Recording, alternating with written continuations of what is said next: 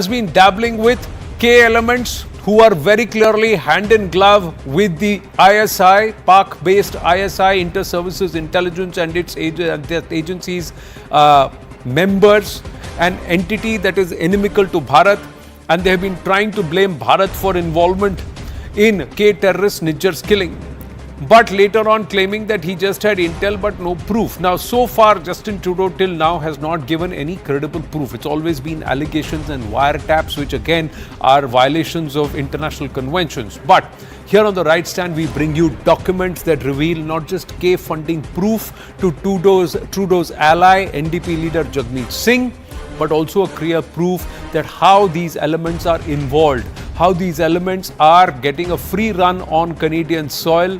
The government has allowed these, the Canadian government, the Canadian establishment has allowed these anti-Bharat elements while claiming to be friends with Bharat. Those who have a secessionist agenda, a break India agenda are getting a free run. As per the Elections Canada official website, K-terrorist Hardeep Nijjar donated to Jagmeet Singh's NDP between 2014 and 2019 regularly. On 26 June 2014, it's his first donation of $250 Canadian, which is equivalent to 15,138.8 Indian rupees as per current valuation.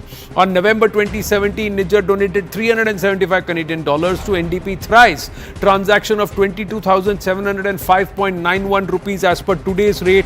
That was made thrice from Nijjar to the NDP.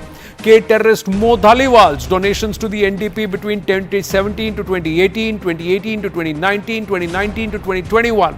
In May 2017, Dhaliwal donated $1,550 Canadian. On September 6, 2019, donation of $1,000 Canadian was made. In May again, $1,550 Canadian were donated. In June 2019, $1,600 donation was made. On 23rd of May 2017, $1,550 were made again. On September 18, 2021, donation of $500 were further made. On June 11, 2019, donation of $1,600 was made. On November 14, 2018, donation of $1,000 was made. On the 26th of October 2017, $200 Canadian donated by K-terrorist Dayal Singh to the NDP. K-terrorist Bhagat Brar, Lakhbir Road's son. Lakhbir Road is currently in Pakistan. Bhagat Brar, International Sikh Youth Association head, again Khalistani, known secessionist, wanted person. Donation was made in the year 2017. A donation of $400 was made on June 16, 2017. K-terrorist Malkit Singh's donation to NDP on July 18th, $5 was made. Same transaction made again on the same day twice. It's not the amount.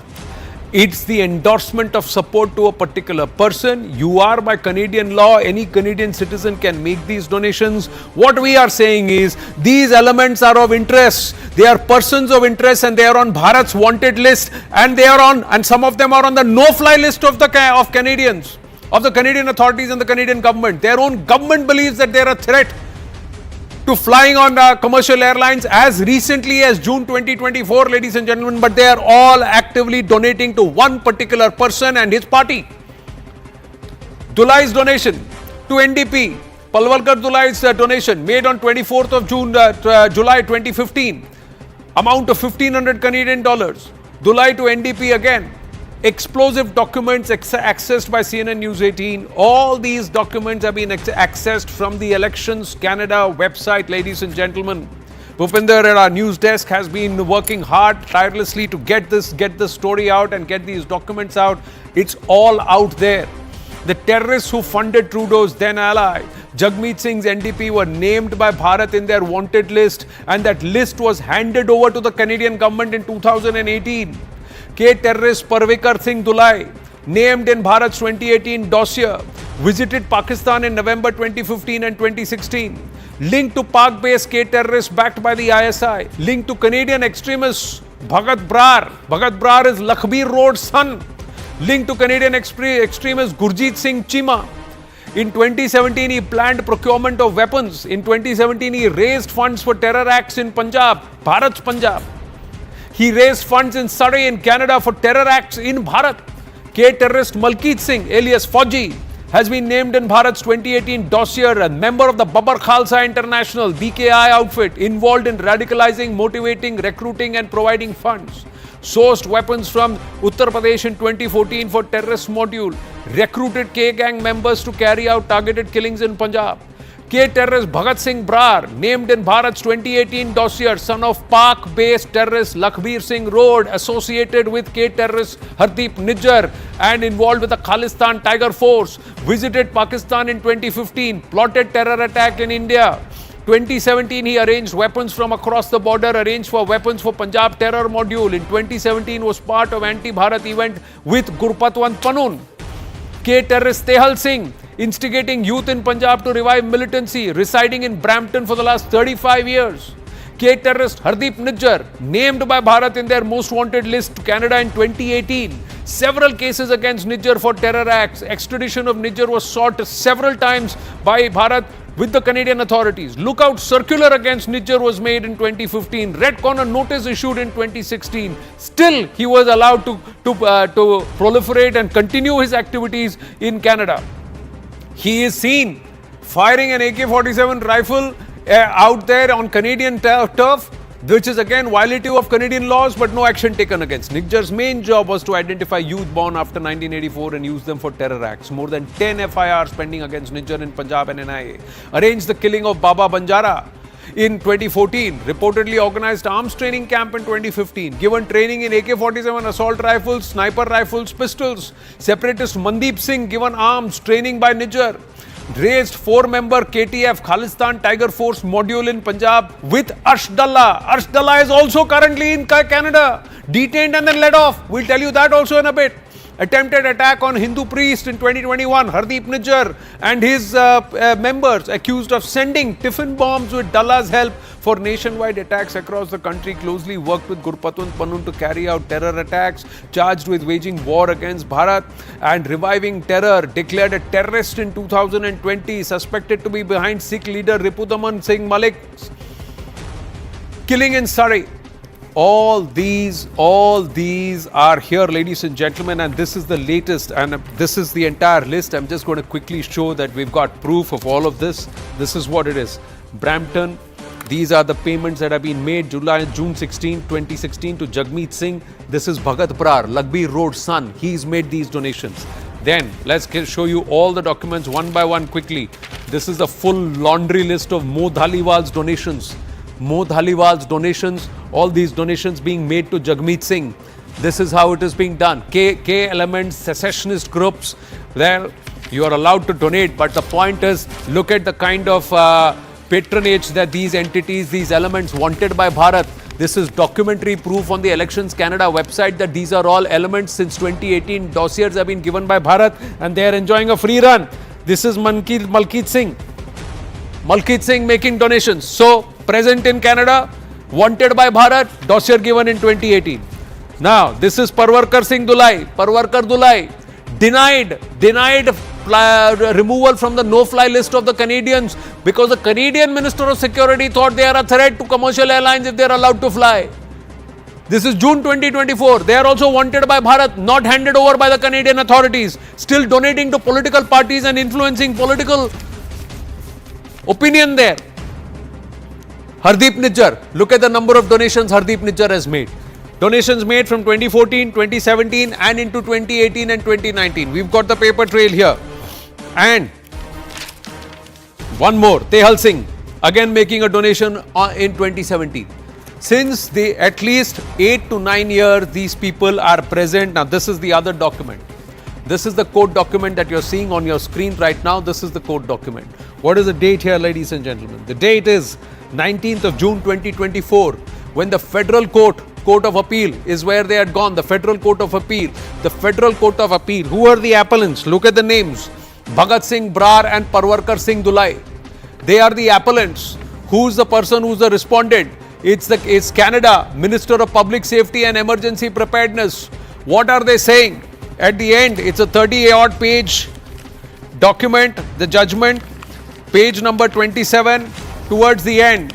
The evidence before the federal court, this is what they are saying. The evidence before the federal court was sufficient in quality and quantity and was sufficiently reliable to support maintaining of the appellants on the list.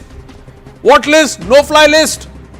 Why? Because the first page, what are they requesting? The reason Here you go. Based on confidential security information, other minister had reasonable grounds to suspect that the appellants would travel by air to commit a terrorism act. That's what this says. There were reasonable grounds to suspect that the appellants might travel by air for the purpose of committing acts or omissions that are offences under Para 81B of the Secure Air Travel Act. And that's when they say there is evidence enough to hold them back. This is of June 2024. Their extradition request dossier is with Canada, is with Justin Trudeau's government, and they are donating to Justin Trudeau's ally and someone who is going to depend on for passage of that important bill in February, the NDP and its leader Jagmeet Singh. Let's go across to our guest straight away. Daniel Boardman, Canadian journalist, Terry Mileski, author, Anand Ranganathan, author, Ramneek Singh Maan, activist. Namaste, Jai Hind. Thank you, gentlemen, for your time and for your patience. We had to put out the details in front. This is all Elections Canada website. Daniel Boardman, we would like to say any Canadian citizen is free to donate to any particular party and it's not illegal. But what's wrong is that these are all wanted persons with Interpol red corner notices, Khalistani elements, and a dossier for their extradition, and with their entire list of laundry list of crimes is with the Canadian authorities since 2018. Yeah, I mean, this is not a great look. I mean, listen, you're right. If you're a Canadian citizen, you have the right to donate to political parties. That's not a crime. What I've always raised awareness of, and what a lot of people in my circles have sort of been concerned about different extremist movements, is Canada seems to be very, very susceptible to foreign interference through political funding, because it's not so much getting one super rich guy to fund you. Like, the max donation is around $1,500. So the real problem with foreign interference funding is the way the Canadian system set up is if you have people, in this case Khalistanis, who all share a similar ideology and receive certain foreign funding, in this case would be Pakistan or China. If you have, let's say, the ISI or someone come in with $10, $15, $20, $50,000 worth of cash, you can divide that among 40 to 50 people, have them all donate at the maximum, and then have a lot of influence with the candidates. And, does that mean this is what's going on here? Maybe. It's a data point that indicates that there maybe was a Khalistani push to increase funding, of course, to Khalistani-aligned candidates. Jagmeet Singh would be one of the most likely recipients of that, because he holds a lot of power and he is philosophically aligned fully with the Khalistani movement. So this particular thing is hard to do something if you're Canada, right? You giving money, again, is not a crime to political parties. But this is something that should be highly concerning. And this is something the NDP, if Canada was a functioning country with a functioning core of journalists, this is a question that should be asked Jagmeet Singh. He would at least have to be asked this question and answered what type of funding he gets from people on the no-fly list. This is the type of deterrence, or at least soft deterrence, that should exist in our society. Is if, you can get money into the political party, but if you're getting money from, Osama bin Laden's butler, in a way, like, maybe you should be asked questions about that. So here, where we have a situation where I think everyone, and this was said, everyone kind of feels so confident to push whatever radical ideology they have, Khalistan, Muslim Brotherhood, CCP affiliated, this is Canada, where there's chaos on the streets, multiple times a week. Not just that, Daniel. Here's the point. Jagmeet Singh needs to be asked, why is it on record and the numbers show that these so-called Khalistanis have killed more Sikhs than Hindus? They have attacked Sikhs more than they have attacked Hindus. That's one. That makes sense. Because secondly, what they claim as Khalistan has got nothing to do with Sikh land. This has got nothing to do with the erstwhile Raja Ranjit Singh Sikh Empire. All that they ask for is sovereign territory of Bharat. It's got nothing to do with anything Sikh. Because the Sikh capital was Lahore. Okay, Guru Nanak Dev was born in Nankana Sahib, he and Kartarpur Sahib. These are the two places which should be, and Punjab Sahib. All of these are in Pakistan. They are not in India. They are not part of the Khalistan list at all. They have not even. That's what Khalistan is. Huh? Khalistan is an excuse to run around destabilizing Western countries and other countries. That's what it is. And why are more Sikhs attacked than Hindus? Because they're a bigger problem for the Khalistani movement if they don't fall under the umbrella, right? If you're wearing a turban as a Sikh and opposing Khalistan, that's a big problem. So they attack you, right? All of this. What? Oh, is Israel really the problem with the jihadists on our streets? No. What's their problem? They want more jihad. What's their excuse? Israel for now. So there'll be something else in 15 minutes if they need it. Same thing with the Khalistan. No, this is just an excuse for violence and chaos. No, but that cannot be Terry Millerski, the official position of a government and its Prime Minister who stands in the British on the Canadian Parliament and eulogizes a terrorist, a wanted entity who was denied entry into Canada, and he entered Canada under false pretext and false documents.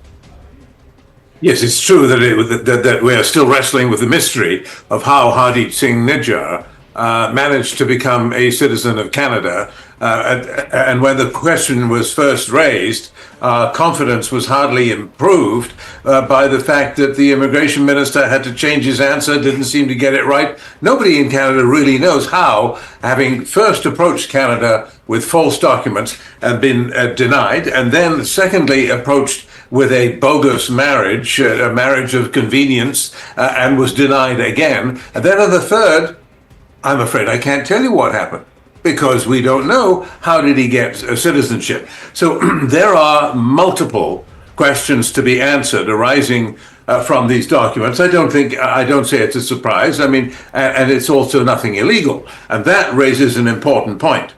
There have been failures on both sides, I'm sorry to say, on this file in terms of the precision and comprehensiveness of the information attached to these various individuals. For example, it's not a crime to be on the no-fly list. To say that Pari Dulai, you mentioned Pavkar Singh Dulai of Surrey, he was, I don't think you mentioned this, but he was Jagmeet Singh's campaign manager in his campaign for the NDP leadership in Surrey. And he finds himself on the no-fly list persistently, and you've shown us a court case where he tried to get off and was denied. However, that's not a crime. And you don't have to commit a crime to be on the no-fly list. It's something that is convenient for the authorities, the CSIS in this case, the Canadian Security Intelligence Service, it's something they can do without going to court to put this guy on notice and other authorities on notice that we may have a problem here, we should watch this guy. So my point is that throughout this affair, both sides, the Canadian and the Indian, have been a little loosey-goosey with information. What I mean is that you say, and I believe you're correct, that India has forwarded an extensive dossier on Hardeep Singh Nijjar and demands for extradition and so forth. Now, I haven't seen that information. I haven't seen the extradition requests, but it is traditional. It's been going on for 30 years at least, that in Canada, lawyers look at it and they say, well, that's not going to pass muster in a Canadian court. There's not enough detail. There are not enough witnesses. You don't have the goods. That's the problem. And India hasn't answered that. India hasn't. Terry, you may say that, but the fact is 2018, a comprehensive dossier has been given, not just on Nijjar, but on all these people whom we have named here on CNN News 18 today. And most of them have got red corner notices against them. Interpol is on the lookout for them and they have red corner notices against them because there is a fixed crime and a charge against them in a court of law and there are FIRs. It's not just the NIA or the National Investigation Agency in India who's looking out for them. There is a state police, that is Punjab police, that's looking out for them. A lot of them, the Delhi police is looking. There are multiple cases and it's a laundry list, all of which for the last 6 years has been lying and gathering dust with the Canadian state intelligence and the Canadian government. That's the point. So you may say you have not perused these documents, but the Canadian authorities have this entire laundry list, and there is a reason that the federal government of Canada and the federal minister of Canada has challenged their appellants their own request to take them off the list as recently as June 2024. Ramneek Man, and then Terry will come back. Yes, Ramneek Man.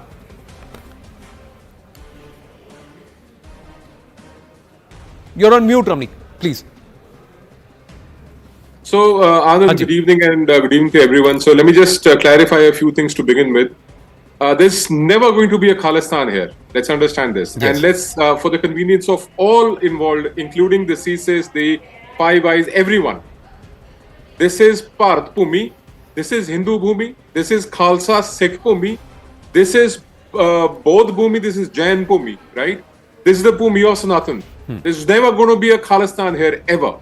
We've been divided in the past. We'll not allow that to happen ever again. So whatever the cost, whatever the implication may be, number one. Number two. Now, for political interference or election interference or donations, well, Gurpatwant Pannu is on record that he has donated in millions to the Aam Aadmi Party.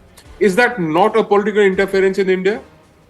When the Kisani Andolan was happening, did these Canadian citizens or the American citizens not come and participate in it actively? Yeah. Or within the Chinese, within the Canadian election, did the Chinese not interfere? Or quote unquote cultural centers, which are actually Chinese police stations inside of Canada, are they not operating? And the expose that you bring out today, Anand, are the only ones which have been paid online. Literally is a payment which we refer to as ek number ki payment, as in white.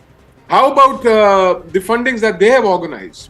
How about the millions of dollars in drug money that these Khalistanis control?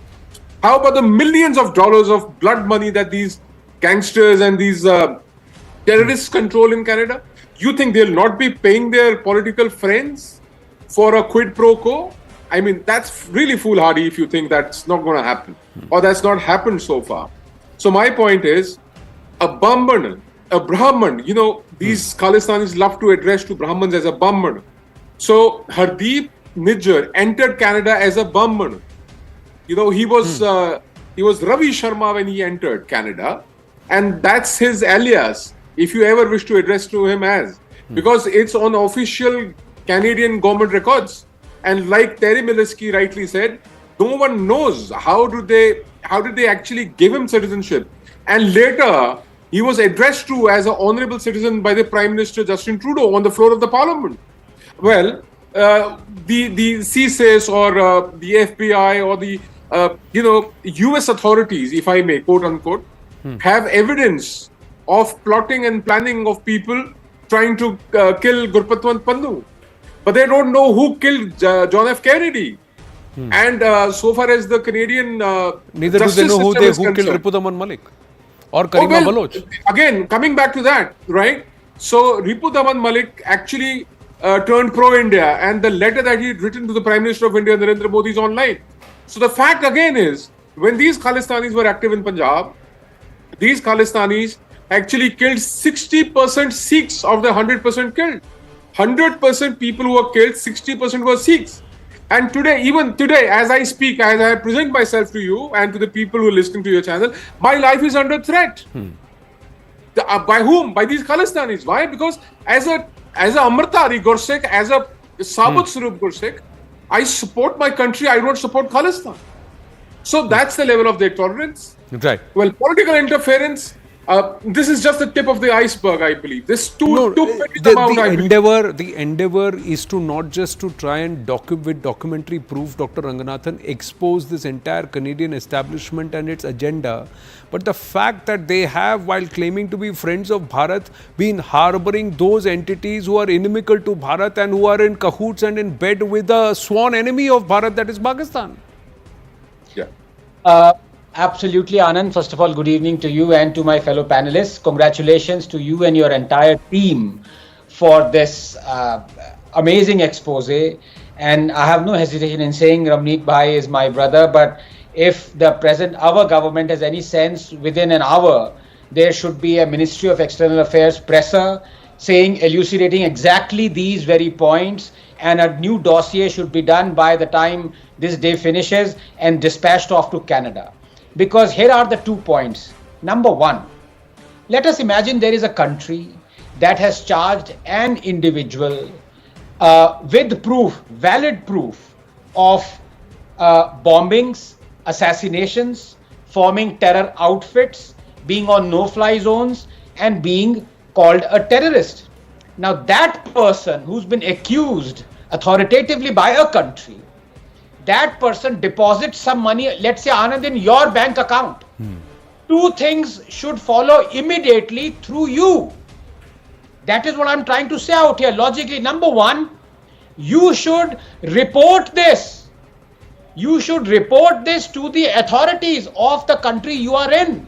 Just imagine if Dawood Ibrahim transfers some money into your account, it is your responsibility to say, how the hell has this terrorist, given me this money? I must report it. Otherwise, I might be held liable of being colluding with him.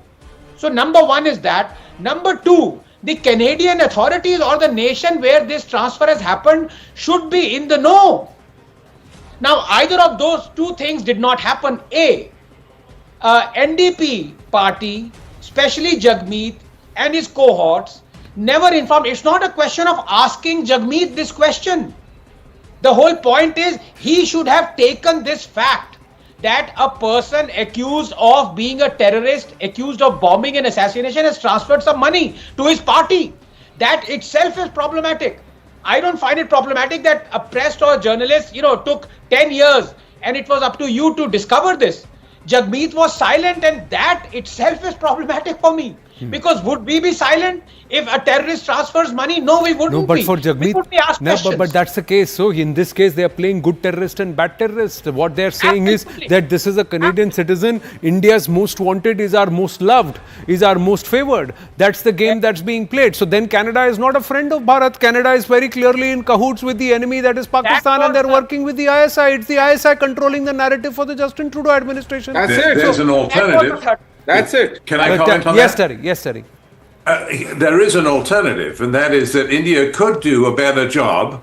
Look at yourselves. India could do a better job of presenting concrete and irrefutable information, evidence, convictions to prove, for example, that Nijjar was a terrorist.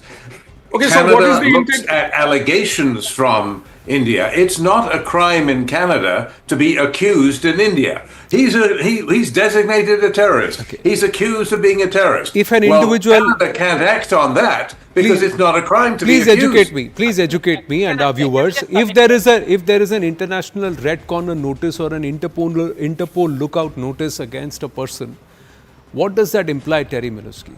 Well, it implies that the host country should arrest them. Yeah. And present them. So all the names that we've taken today, and with due respect, all the names that we have got notices, red corner notices against them. So what is Canada doing about them? But governments are entitled and obliged to look at those red corner notices.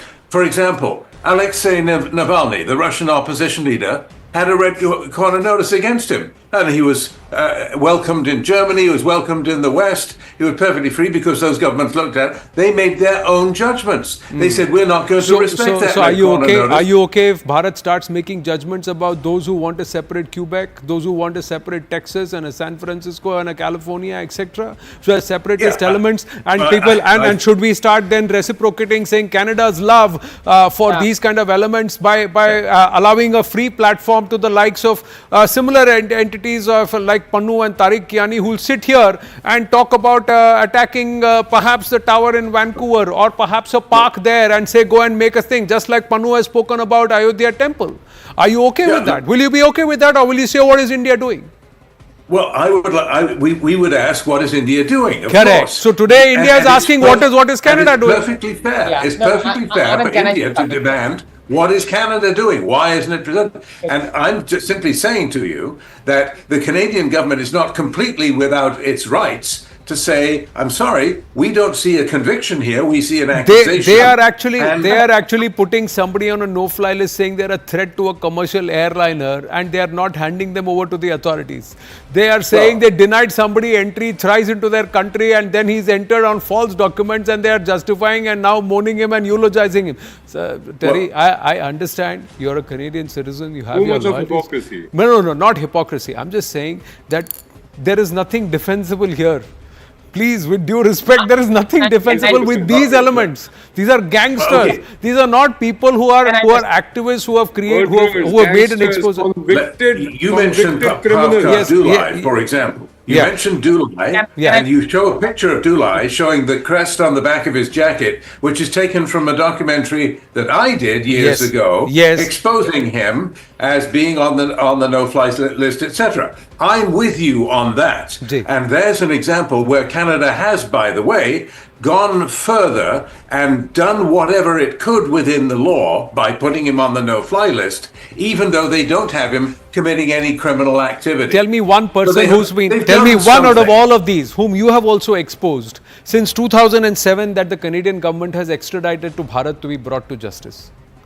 And how can then the Canadian government and its establishment, the CSIS, cover themselves in any glory? Yes, Dr. Ranganathan. I was just saying, let's be logical out here. With due respect to Terry, I think he's made excellent points. But there is such a thing as extradition. India has made 26 extradition requests. Now, for example, did Osama bin Laden commit acts of terror in Pakistan? So by that logic, Pakistan should not go ahead and arrest Osama bin Laden. Terrorists don't commit acts of terror in terror countries or countries that are apologists for terror. So Niger wouldn't have committed or been careful about committing acts of terror in Canada. The point is, India implicated him for conducting acts of terror, bombing and assassination in India. For that, it filed extradition request. Canada was, in fact, duty bound to at least look at those authoritative 26 extradition, and none of them have been duly accepted, and any of those 26 were extradited. So it's not a question of whether these terrorists committed acts of terror in Canada. India has implicated them for committing acts of terror in India. Yeah, Right. I Okay, think that's okay, perfectly fair gentlemen, point. we've just got to pause for a bit. There's more coming through. I just want to give credit where it's due. Bhupinder Azad, as part of our assignment desk, has worked tirelessly not just to get these documents out, but also to cull them out and put them into perspective. Here's his small report. A CNN News 18's investigation uncovered an exclusive document from Election Commission of Canada's website, which reveals a disturbing links between Canadian politicians and a Khalistani terrorist. Our investigation found that Hardeep Singh Nijjar, a Khalistani terrorist, made a funding to Jagmeet's party, which was once an ally of Trudeau government. But that's not all. Amod Dhaliwal, a Khalistani terrorist, made a multiple donations to Jagmeet's party. Other Khalistani terrorists also made a donation to Jagmeet's party. That list includes Parvarkar Singh Dulai, Bhagat Singh Barar, Malkeet Singh and Tehal Singh.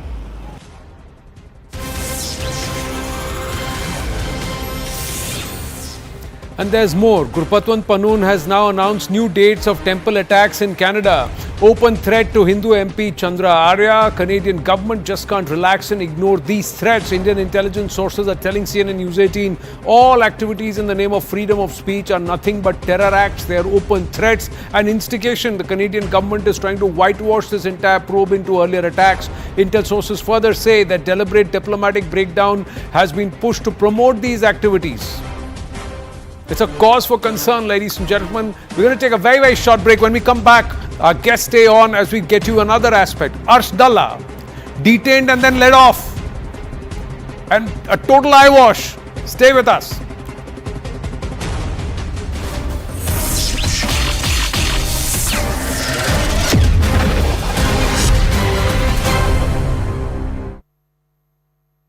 Deal is locked, babe.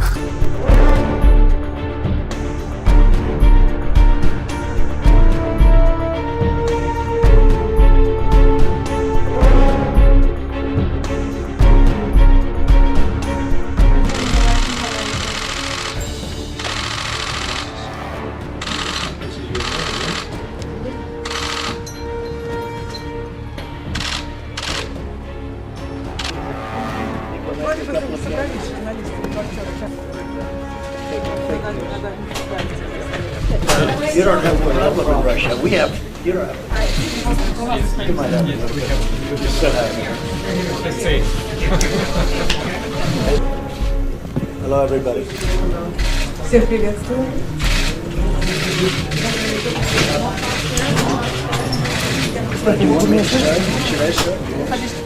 Все понятно, все слышно?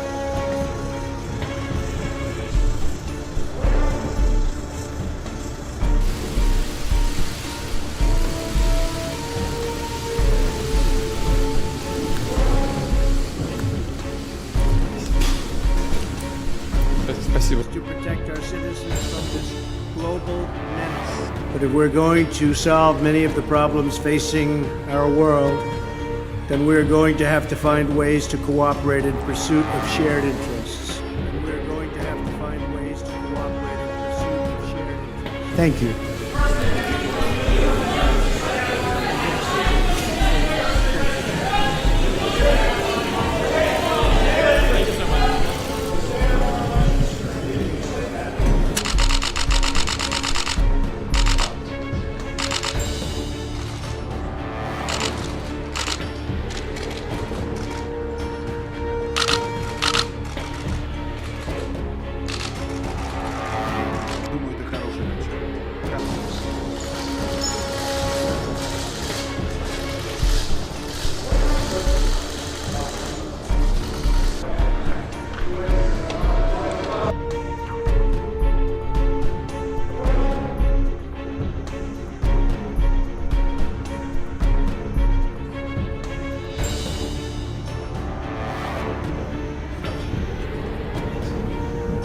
Well, thank you very much. It's an honor to have the president.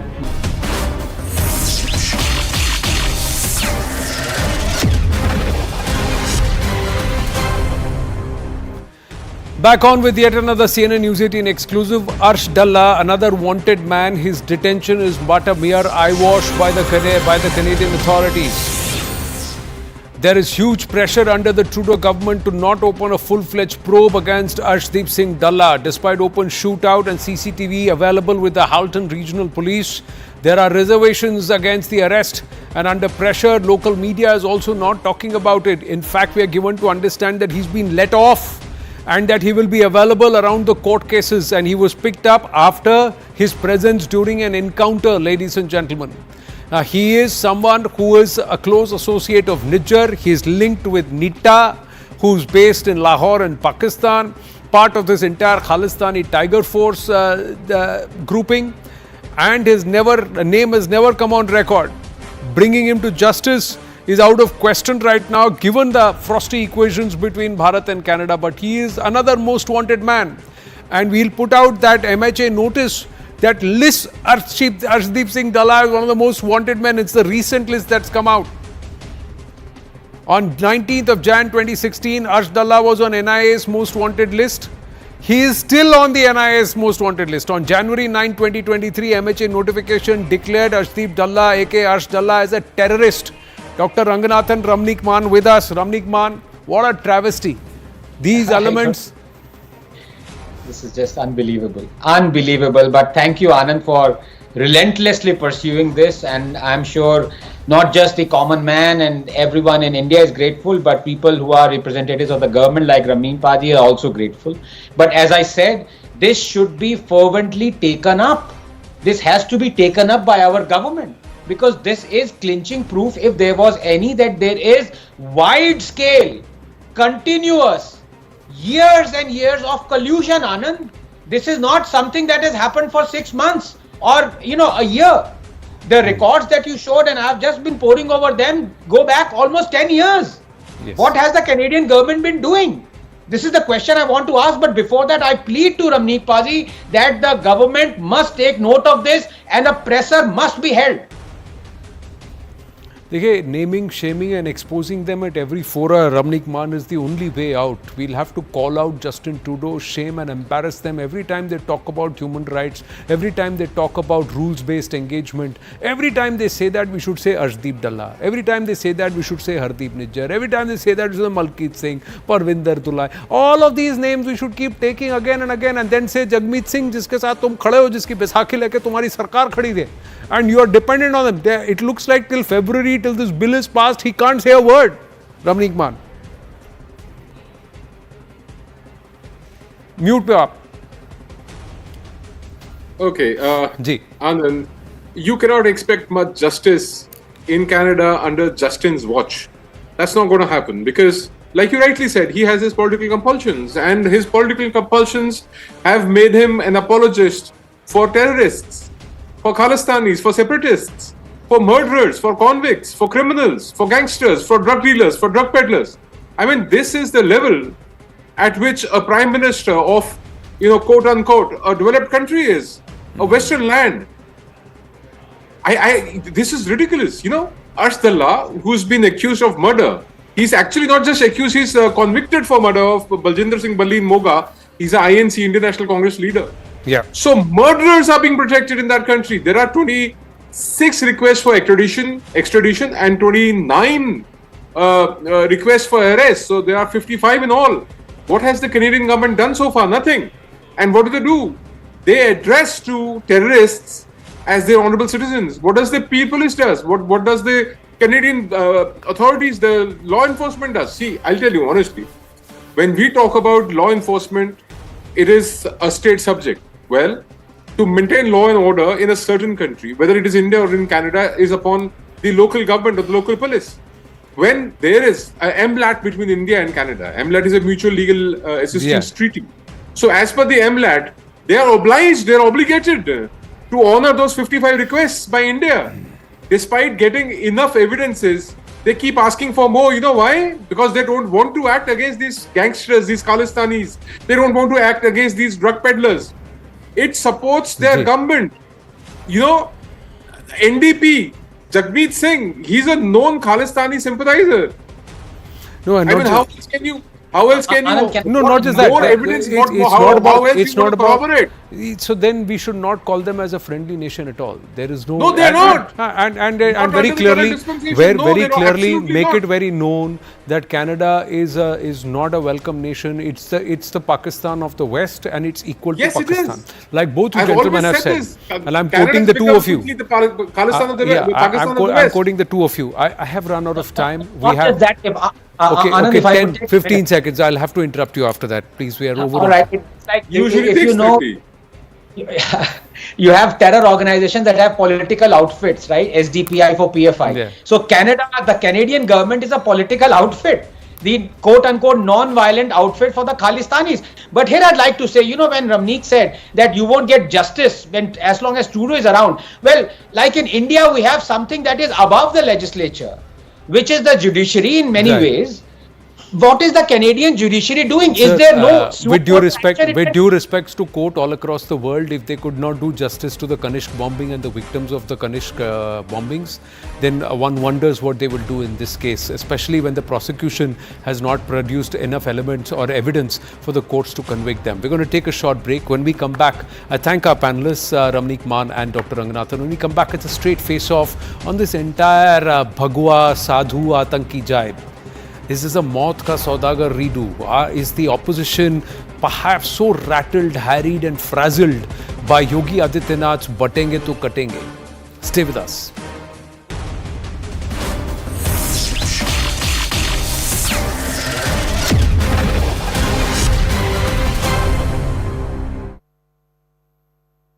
जब Hind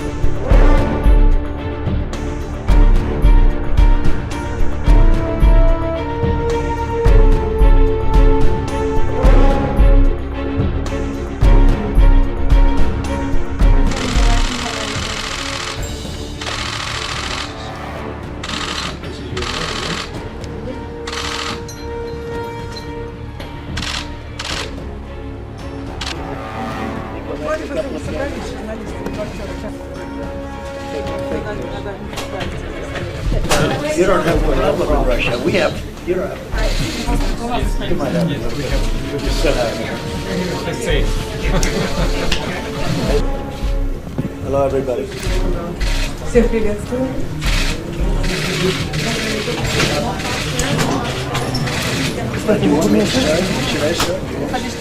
Все понятно, все слышно? Да.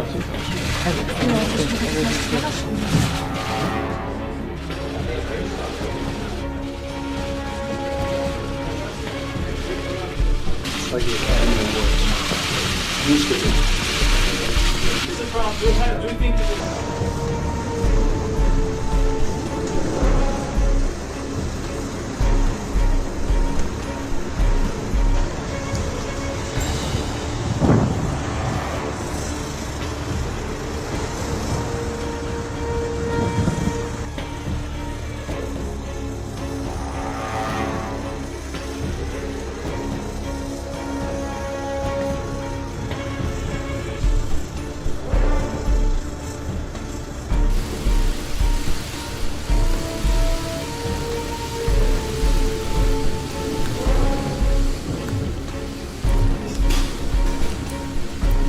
is to protect our citizens from this global menace. But if we're going to solve many of the problems facing our world, then we're going to have to find ways to cooperate in pursuit of shared interests. And we're going to have to find ways to cooperate in pursuit of shared interests. Thank you.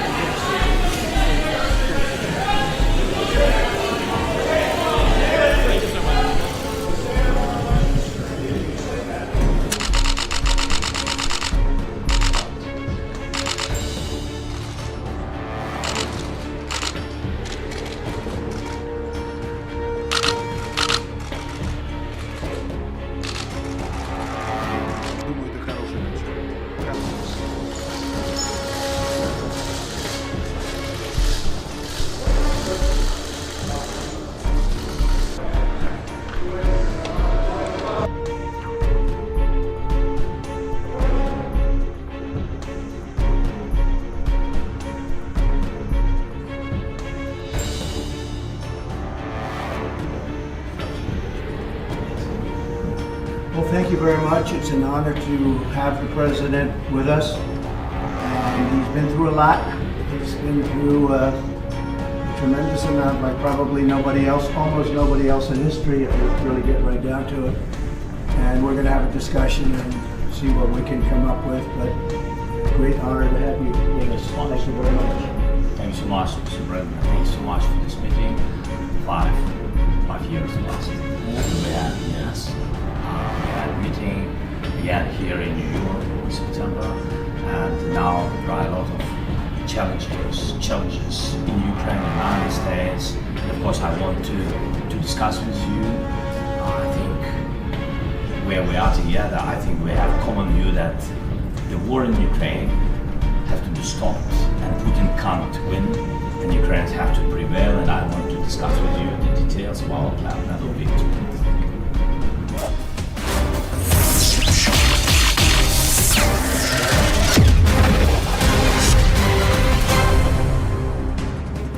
Post the Lok Sabha elections, Yogi Adityanath came out and told the voters, batenge to katenge, batoge to katoge.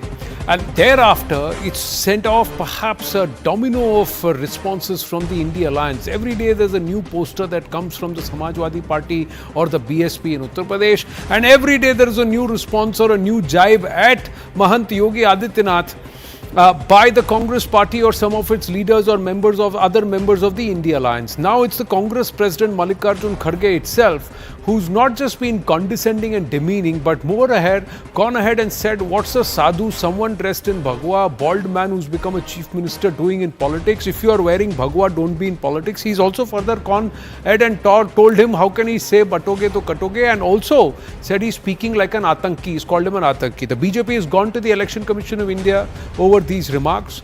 But the question we are asking, Sardar R.P. Singh joins us. We should have Tehseen Poonawalla also join us any minute. 2007, a Congress president at the then Chief Minister of Gujarat said Maut ka Saudagar, and we all know what happened thereafter. 2024, they are now calling another person dressed in saffron robes in Bhagwa and calling him Atanki, etc. Why is this happening? And would you want to say that their lens is also myopic? Because they have many Bhagwadaris in their own rank within the Congress, in the past and even in the present. Anand, is it to me? Ji. Ji, Anand. The problem with the Congress party is that throughout they have been a party which looks for Muslim votes and some caste vote combination, and they have tried to win elections throughout that way. Although they have been chanting slogans of Jaat pe na, Paat pe and all, but their focus has been that way only throughout. Not now. Since 70s, I've been seen being active in politics and seen Congress has been doing that only. And for them, you remember Shinde Sahab, he said, the Home Minister of the country under UPA, he said, Bhagwa Athankwad, saffron terrorism. I mean, Chidambaram Sahab also said something on similar line.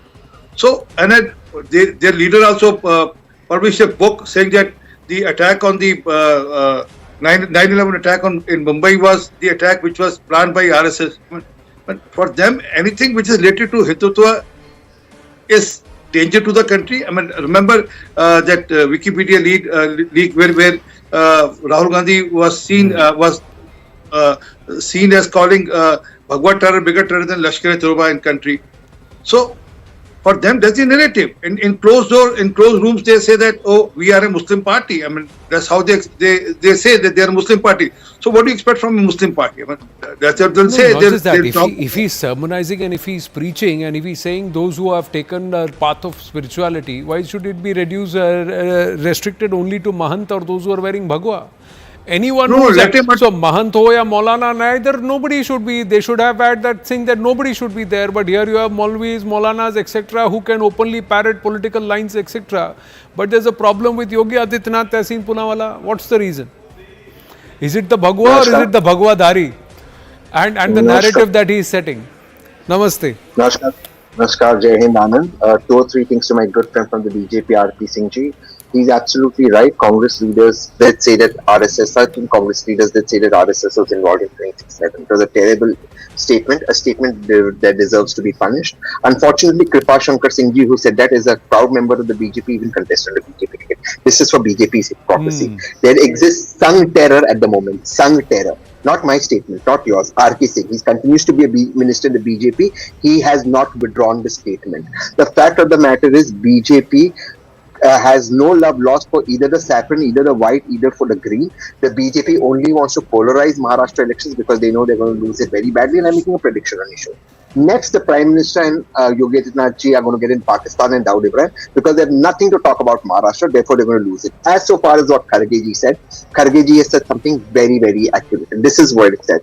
It's not against any religion. What he's saying is against an individual. The fact is, you cannot preach you cannot claim to be a Maulana or a Maulvi or a Sadhu and preach things that divide society. So I'm making a prediction.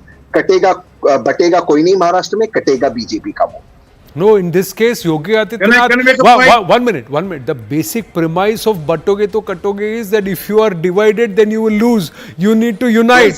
So he is preaching unity. Who's preaching division then? Anand, can I make a point? I'll appreciate Tehseen. 1 second. Okay, let RP Singh respond and then Tehseen counter. Yeah, sure. Yeah, thanks. Please. Yeah. I'm sending a request to Yogi ji. Next time he should come and deliver a speech in English where he will say, divided you fall, united we stand, where would we fall? And they'll appreciate. Tehseen will appreciate and do clapping for him. So what is wrong in it? I don't know.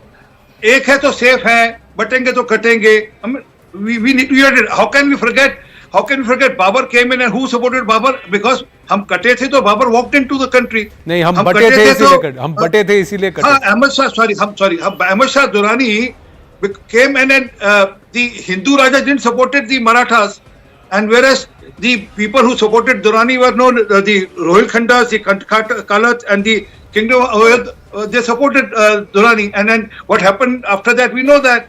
So it's the history of the country. We have to safeguard our interest. How can we forget what happened after Maharaj Ranjit Singh's death? So we have to safeguard the country's interest. The other thing, Tehseen, as you respond, when a 14-point memorandum in the interest of the Mahavikas Aghadi on the garb of trying to preach electoral rights is sent out to Muslims to say that you should consolidate your vote, that is perfectly fine. But if Yogi Adityanath says that if you allow your votes to be divided, then you will be cut, you will be divided. Batoge to katoge. That is divisive. Now, ये logic समझ में नहीं आया. So I'll quickly answer that. First, the BJP spokesperson Singh Saab said, RP Singh Saab said that Babur had come in and Durrani came, whatever, all these invaders came. And I completely agree with you, except that at that point, my Bharat was not a constitutional democracy as it is. Now I agree, you're scared that people from outside will come in because you have a Prime Minister and a Home Minister extremely weak. I agree, 11 years we've had the weakest Prime Minister and Home Minister. If you had a strong Prime Minister like Manmohan Singh or Rajiv Gandhi or Indira Ji, nobody would have come in. So I agree, and I completely accept his point of view. But let's come to the larger point that you made, Anand. There is a context to the hate that the BJP is trying to spread in Maharashtra. It's not just one statement. If Hindus are going to get cut because their votes are going to be divided, who's going to cut them? Who's the person? Despite a Prime Minister, a Home Minister, a Chief Minister, all Hindus, if Hindu fellow citizens will get cut, Is that what they're going to say? The Prime Minister says in Maharashtra and Akola that the Maharashtra Assembly will decide what will happen. So why is the Congress then asking for the Muslim votes to be consolidated? Don't allow the Muslim votes to break up. So what's going to happen to the Muslims if they don't vote en masse to the Congress? What logic is based? What logic are you justifying that? The Congress that's not communal. That's not divisive. They've not said that anywhere officially. What's Sir, happened is the official there which says the Mahavikas Aghadi and vote for Mahavikas Aghadi, and you know what it says in that? Don't be a munafik. Don't be a false practitioner of Islam by voting for those. Munafik is not a false practitioner. False practitioner of Islam who's a false proponent of Islam, or claims to be Islam, claims to be a Muslim but is not. So that's the meaning, right? What the Mahavikas Aghadi has said is this reached out to all communities, including the ST, including the ST. No. Sir, that was very clearly the tone of that conversation was aimed only at the tone of that pamphlet. Beg your pardon. The tone of the messaging was aimed at it was signed endorsing for the Mahavikas Aghadi. Who signed it? It was endorsing the Mahavikas. It was endorsing the Mahavikas. What I'm trying to ask you is, sir, if India Alliance members go there and tell Muslims that you have got to consolidate your vote via vote jihad, etc., quote unquote, a leader in Uttar Pradesh, or what's being sent out, so that's not communal. That's not communal. So that agenda is electoral rights. That let's consolidate votes so that you make your vote count. But if a Yogi Adityanath tells voters batoge to katoge, then it's communal. I've understood your question. Please may I answer that. Please. Number one, let's talk about Maharashtra. We're not talking about UP. In UP, I'll answer that separately. But they're getting too much. What you're talking about is a letter put out by some ulema council. I respect the letter. But listen, anyone can make any demands of any political party. That does not mean the political party is accepted. Nana Patole is on record to your channel, the Marathi channel, saying we will see what is legally possible. We cannot. Allow me to finish. Isn't it strange, Anand, that in this Maharashtra election, not only does the Prime Minister talk about 370, and 370 will go in Kashmir if Maharashtra Assembly goes, but what happens is... He never said 370 in Kashmir will go if Maharashtra Assembly goes. No. He said, do you want to bring into Parliament, do you want to bring to the Vidhan Sabha those who endorse something that the Supreme Court has ruled in favor, and the Supreme Court has said one nation, one constitution. I have to wind up. I'm running out of time. Before we wind up, here's a quick check, ladies and gentlemen. The word Bhagwa, saffron in the national flag, it stands for strength, courage, it stands for sacrifice and valor, it stands for wisdom and action. That's Bhagwa. Bhagwa in Hindutva is derived from Agni, the color of fire, symbolizes sacrifice. It is the color of robes of monks since ancient times. Nearly 7,000 years ago in the Rig Veda, there is a reference of the word Bhagwa or saffron. It stands for renunciation of material life. It is integral to Hindutva, to Buddhist philosophy. Saffron symbolizes Agni, central deity in the Rig Veda, first hymn of the corpus dedicated to Agni. Vedic rituals involve the ritual of fire. Agni exists on earth as fire. Agni is important even in the Agyari for Parsis. So even in Avesta, it is important because it symbolizes illumination. It symbolizes dispelling of darkness or tamas or tamogna. The other aspect, Bhagwa or Bha, is also part of Bharat because both mean towards the sun, towards illumination, and that's the color that it represents, ladies and gentlemen. So for people to try and decry Bhagwa or to limit it to a political party is very limited thought. On that note, we're going to wind up this edition of The Right Stand. Zaka Jacob with Brastax.